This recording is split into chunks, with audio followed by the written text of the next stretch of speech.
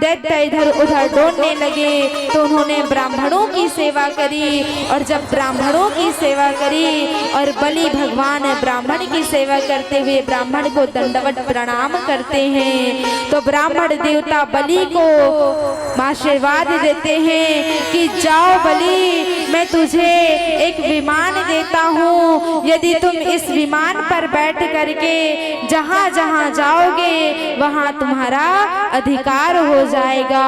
राजा बलि उसी विमान पर बैठ करके, उस तेजोमय रथ पर बैठ करके संपूर्ण त्रैलोक्य पर अपना आधिपत्य जमा लेते हैं। तीनों लोक में भ्रमण करते हैं और तीनों लोक में भ्रमण करने के पश्चात सारा राज्य दैत्य का हो जाता है, महाराज बलि का हो जाता है।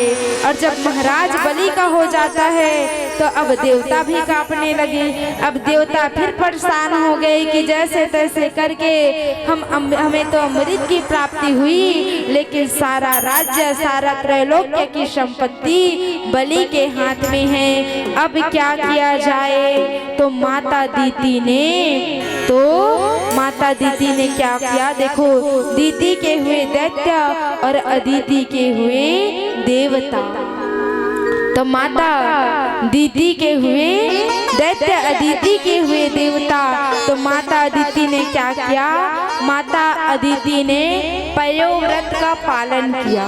देखो इस श्रीमद् भागवत जी की कथा में पयोव्रत का इतना अच्छा जो है विस्तार पूर्वक व्रत का विधि बताया गया है। जिस माताओं को यदि संतान की प्राप्ति नहीं होती, जो माताओं को संतान की प्राप्ति नहीं होती और यदि वो माता इस पयोव्रत विधि का पालन कर ले, इस व्रत का पालन कर ले, तो उन्हें 1 साल के अंतर्गत अवश्य पुत्र की प्राप्ति होती है। लेकिन इनका नियम है, फाल्गुन मास में आता है, होली के समय फागुन मास में आता है और इसका नियम है, इसका नियम तो वैसे बहुत है, लेकिन 12 दिनों तक केवल दूध का सेवन करके इस नियम का पालन करने से 1 वर्ष के अंतर्गत संतान की प्राप्ति होती है। यदि जिस माताओं को इसके बारे में पूछना है तो वो आप मेरे पास आ सकते हो, क्योंकि इसका विधान थोड़ा लंबा चौड़ा है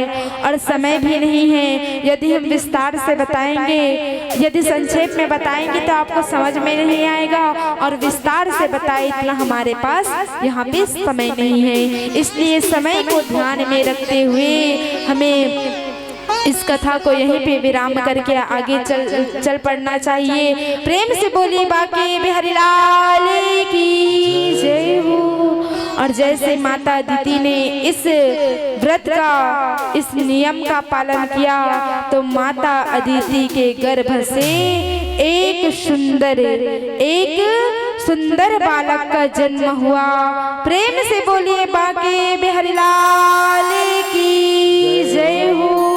सुंदर समय आया, भादो माह का शुक्ल पक्ष आया और सुंदर द्वादशी तिथि आई, अभिजित मुहूर्त आया और भगवान वामन का प्राकट्य हो गया। प्रेम से बोलिए वामन भगवान की जय हो। जय जय श्री राधे श्याम। और जैसे ही वामन जी का प्राकट्य हुआ तो वामन जी को सारे देवी देवताओं ने नाना प्रकार के कमंडल, रुद्राक्ष माला, छत्र छाया प्रदान किए और वामन जी सारे दक्षिणा को ले जाकर के अपने गुरु बृहस्पति जी को देने लगे। तो बृहस्पति जी कहते हैं कि नहीं नहीं, मुझे दक्षिणा में ये नहीं चाहिए, मुझे तो दक्षिणा में तीनों लोगों की संपत्ति चाहिए। अब वामन जी कहते हैं कि मेरे पास तो तीनों लोगों की संपत्ति नहीं है और मैं क्या करूं। तब बृहस्पति जी कहते हैं, जाओ पुत्र, अभी तुम इस समय राजा बलि के पास जाना और राजा बलि के पास ही इस समय त्रैलोक्य की संपत्ति है, आप उसे भिक्षा के रूप में मांग करके ले आना। प्रेम से बोलिए बाकी बिहारी लाल की जय हो। और उसी प्रकार से वामन भगवान एक हाथ में कमंडल लिए हैं और दूसरे हाथ में छत्र छाया लिए हुए हैं और राजा बलि के आश्रम की ओर चले जा रहे हैं भिक्षा मांगने के लिए, उस त्रैलोक्य की संपत्ति मांगने के लिए। प्रेम से बोलिए वामन भगवान की जय हो। जय जय श्री राधे श्याम। हमारे सामने वामन जी भगवान आने वाले हैं और राजा बलि के द्वार पर चले जा रहे हैं उस त्रैलोक्य की संपत्ति को मांगने के लिए। तो आप सब माताओं से निवेदन है कि बीच में थोड़ा सा रास्ता बना करके रखे ताकि वामन भगवान को आने जाने के लिए उसे मार्ग मिल जाए। आइए वामन भगवान का सुंदर भजन करते हैं। माधवा गोपाल राधे माधवा गोविंद राधे माधवा गोपाल राधे माधवा गोविंद राधे माधवा गोपाल राधे माधवा गोविंद राधे माधवा गोपाल राधे माधवा। माधवा मेरे माधवा मेरे माधवा मेरे माधवा ओ माधवा मेरे माधवा मेरे माधवा मेरे माधवा। वामना मेरे वामना मेरे वामना मेरे वामना माधवा मेरे माधवा मेरे माधवा मेरे माधवा। गोविंद राधे माधवा गोपाल राधे माधवा गोविंद राधे माधवा गोपाल राधे माधवा। तेरे द्वार खड़ा भगवान हो, तेरे द्वार खड़ा भगवान भगत भर दे जो। सभी रास्ता में देंगे वामन भगवान जी को। तेरे द्वार खड़ा भगवान भगत भर दे जो, भगत भर दे तेरे द्वार खड़ा भगवान भगत भर दे जोड़ी, भगत भर दे जोड़ी। अगर जिन माता भाई बहनों बंधु भक्तों को वामन भगवान के जो रखिए कमंडल में आप अपने इच्छा अनुसार सपने में देना चाहते हैं तो निसंकोच आप सभी दे सकते हैं। तेरा होगा बड़ा एहसान, और तेरा होगा बड़ा एहसान कि जुग जुग तेरी रहेगी शान। भगत भर दे जोड़ी, भगत भर दे जोड़ी। तेरे द्वार खड़ा भगवान भगत भर दे जोड़ी, भगत भर दे जोड़ी।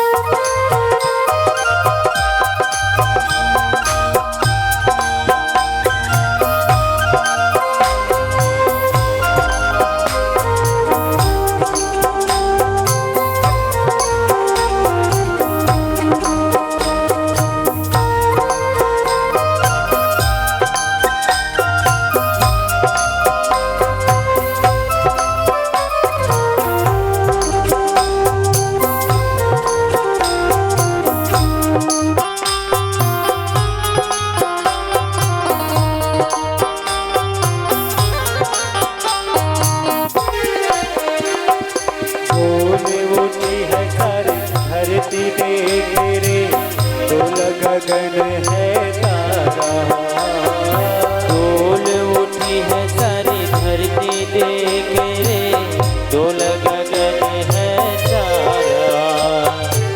डोल उठी है सारी धरती देख रे, डोल गगन है तारा।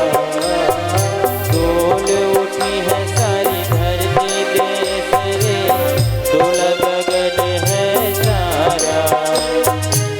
भीख मांगने आया तेरे घर, जगत का रे जगत का पालनहारा। मैं आज तेरा मेहमान, ओ मैं आज तेरा मेहमान, तो मुझसे कर ले जरा पहचान।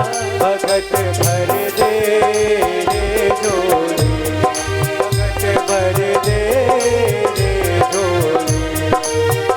तेरे द्वार खड़ा भगवान, भगत भर दे रे झोली, भगत भर दे रे झोली।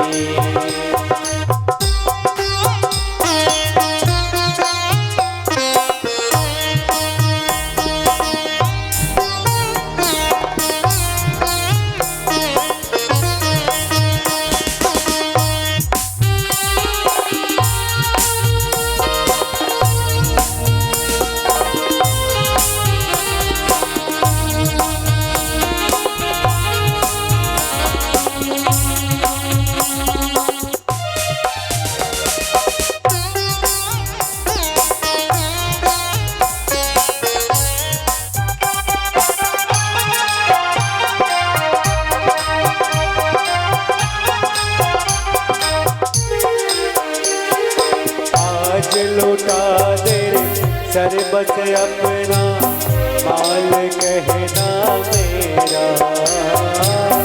आज लुटा दे सर्वस अपना, माल कहना मेरा। आज उठा दे सर्वस अपना, माल कहना मेरा।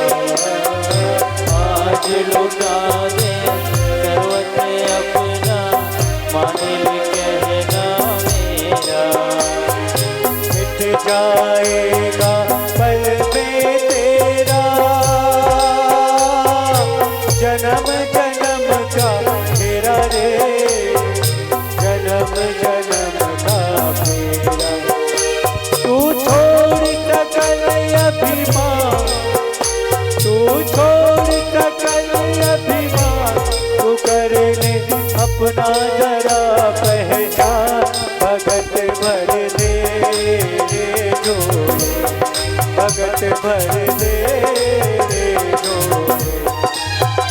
तेरे द्वार खड़ा भगवान, भगत भर दे झोली, भगत भर दे झोली। तेरा होगा बड़ा एहसान, ओ तेरा होगा बड़ा एहसान, कि जुग जुग तेरी रहेगी शान। भगत भर दे रे झोली, भगत भर दे रे झोली। तेरे द्वार खड़ा भगवान, भगत भर दे झोली, भगत भर दे झोली। वामन रूप बना के छलियाए छलने को, वामन रूप बना के छलियाए छलवे को, छलियाए छलवे। तेरे द्वार खड़ा भगवान, भगत भर दे रे झोली, भगत भर दे रे झोली, भगत भर दे झोली, भगत भर दे झोली। बोल वामन महाराज की जय हो। जी महाराज एक हाथ पे छत्र छाया लिए हुए हैं और दूसरे हाथ पे कमंडल लिए हुए हैं और राजा बलि के द्वार पर जाते हैं। और जैसे ही राजा बलि के द्वार पर गए तो राजा बलि ने वामन भगवान का सुंदर सत्कार किया, सुंदर स्वागत किया और और स्वागत करने के पश्चात राजा बलि सुंदर वामन भगवान के चरण को धोते हैं और राजा बलि वामन भगवान के चरणों को धो करके सुंदर चरणामृत लेते हैं, ब्राह्मणों की सेवा करते हैं और राजा बलि कहते हैं कि हे वामन देवता, हे वटुक वामन भगवान, मांगो तुम क्या चाहते हो। तो राजा बलि जैसे ही कहते हैं, वामन देवता कहते हैं नहीं नहीं सरकार, मुझे कुछ नहीं चाहिए, मुझे कुछ भी नहीं चाहिए, मैं तो बस ऐसे विचरण करने के लिए आया हूँ। तब राजा बलि अपने मद में मतवाला होकर के अहंकार में आकर के कहते हैं कि मांग ले बटुक ब्राह्मण, आज मेरे पास तीनों लोगों की संपत्ति है, जो तू चाहेगा मैं तुझे संपूर्ण यथाशक्ति प्रदान कर दूंगा, तू मांग ले जो चाहिए। अब वामन भगवान तो स्वयं भगवान हैं, छलिया के रूप में आए हैं। वामन भगवान इतना ही कहते हैं कि केवल आप मुझे 3 पग भूमि प्रदान कर देना। कितने पग भूमि प्रदान कर देना? 3 पग भूमि प्रदान कर देना।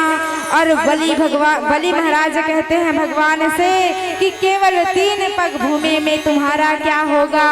वामन भगवान कहते हैं पहले 3 पग भूमि दो तो सही, फिर पूछना क्या होगा।